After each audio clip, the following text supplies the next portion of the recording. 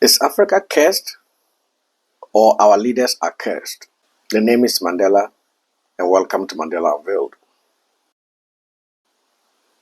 More often than not, I have a conversation with most people from Africa, and they go like, Africa is cursed, the black person is cursed. But is that actually true? Well, I beg to differ. Africa is not cursed. Rather, our leaders are cursed. When you take Paul Kagame of Rwanda, he's doing extremely well. He is a testament that Africans are not cursed. When you take other presidents who have led most African countries before now, you talk about Kwame Nkrumah, you talk about Nelson Mandela, you talk about Patrice Lumumba, Thomas Sankara, and the list goes on. These were visionary leaders. These were leaders who were patriotic to their countries. However, the leaders of Africa today are a curse to our continent. Just take a look at this. These two leaders attending a UN summit speaks volume.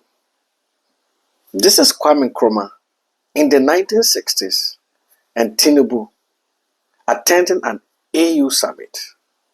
So you see the difference.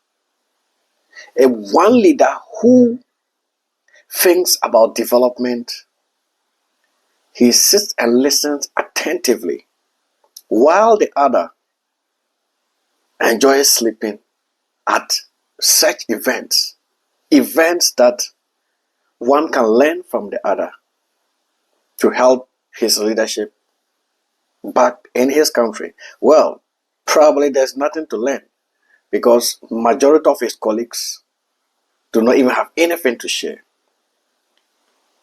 Earlier this week, President Tinubu's convoy, just imagine this. The number of vehicles that have taken a whole section of the road. And it's not as if President Tinubu was on his way for any form of state program or he was on his way to any function that would benefit Nigeria. This president was just on his way to his private residence. One, he has held people to a standstill in traffic. Two, they are wasting so much resources. You can imagine the amount of money that have been injected into fueling all these cars. And these cars move to and from every day. You can imagine the amount of money spent. Yet, Nigeria owes China, India, the United States, France, Germany, to the tune of $5.16 billion since March 2023. Yet, people in Nigeria, the palliative rice or the palliative food that the government is distributing in northern Nigeria, just have a look at this. In this 21st century, people in Nigeria are rushing and struggling for some of this food to eat. This shows how people are suffering in Nigeria while the president and his cronies, while politicians ride in fancy vehicles in long convoys. Oh, dear Africa, when shall we learn? Dear Africa, this is Nigeria, the most populous country in Africa, the second biggest economy in Africa after South Africa. Yet, Nigeria borrows money and owe India and they owe China that have billions of people. Why should Nigeria borrow? Also, just have a look at this. Ethiopia in 2022 received $2.2 billion from the United States. Yet, they cannot build bridges for these people in these villages to cross. Just look at how people are risking their lives to go and trade just because they want to earn a living. This woman is fortunate she has survived. How about the number of people who have not survived falling into this river? 2.2 billion. That's just in 2022. However, Ethiopia has defaulted in its Eurobond loan. What is wrong with Africa? Just have a look at this other video from Ghana.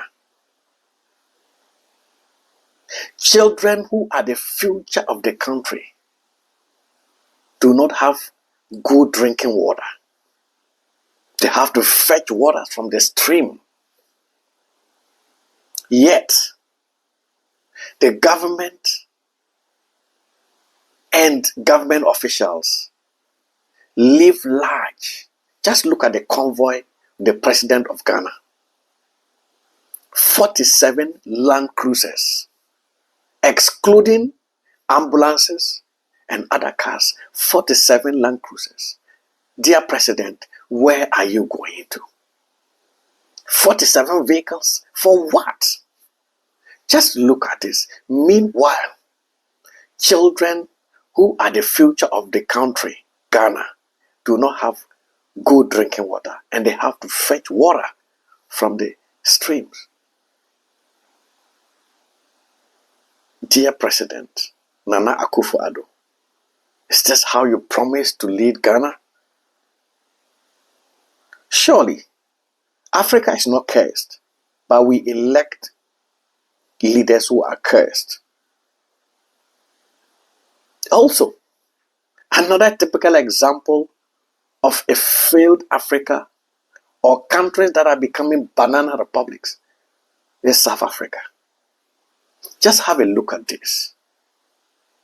See how school children struggle to find their way to school, crossing these rivers.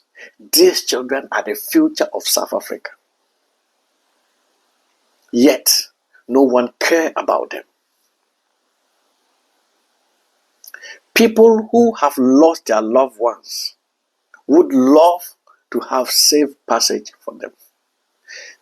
This problem can be solved with just a simple bridge. Dear Cyril Ramaphosa, a simple bridge can solve this problem. However, the ANC in South Africa has refused to help these people. Should the people be punished for making bad choices? Yes, we have made bad choices, but we should not be punished to this extent. These problems can just be solved with a simple bridge. Is it so difficult to build a bridge across this river, dear Cyril Ramaphosa? Why do we keep... And what is so annoying is the fact that most of these leaders, when it comes to issues involving them producing accountability or being accountable to the world and its citizens, they are quick to tell the United States, the rest of the West, that stay out of our problems. Yet, you still borrow money from them. When you go to borrow money, do you always tell them that you can solve your own problems? Meanwhile, when it comes to elections, when it comes for you to be accountable to people, you say you do not need external interference. Shame on you.